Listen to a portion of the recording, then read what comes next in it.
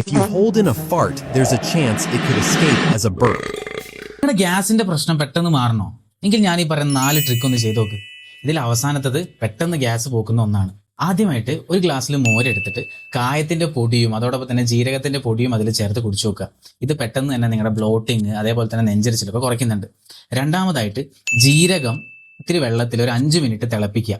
തിളപ്പിച്ച് ആറിയതിനു ശേഷം ജീരകം ഒഴിവാക്കിയിട്ട് ആ വെള്ളം കുടിക്കുന്നത് ഗ്യാസിന്റെ പ്രശ്നം കുറയ്ക്കാൻ സഹായിക്കുന്നുണ്ട്.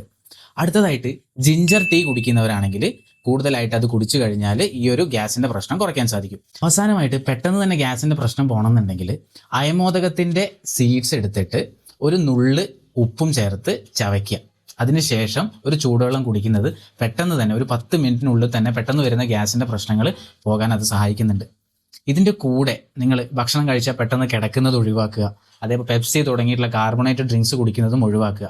എപ്പോഴും ഭക്ഷണം കഴിച്ചാൽ ഒരു 10 മുതൽ 15 മിനിറ്റ് വരെ നടന്നു കഴിഞ്ഞാൽ പരമാവധി ഗ്യാസിന്റെ പ്രശ്നം നിങ്ങൾക്ക് ഒഴിവാക്കാൻ സാധിക്കും. ഈ ഒരു ഇൻഫർമേഷൻ എല്ലാവർക്കും ഒന്ന് ഷെയർ ചെയ്യുക. Stay healthy, stay safe.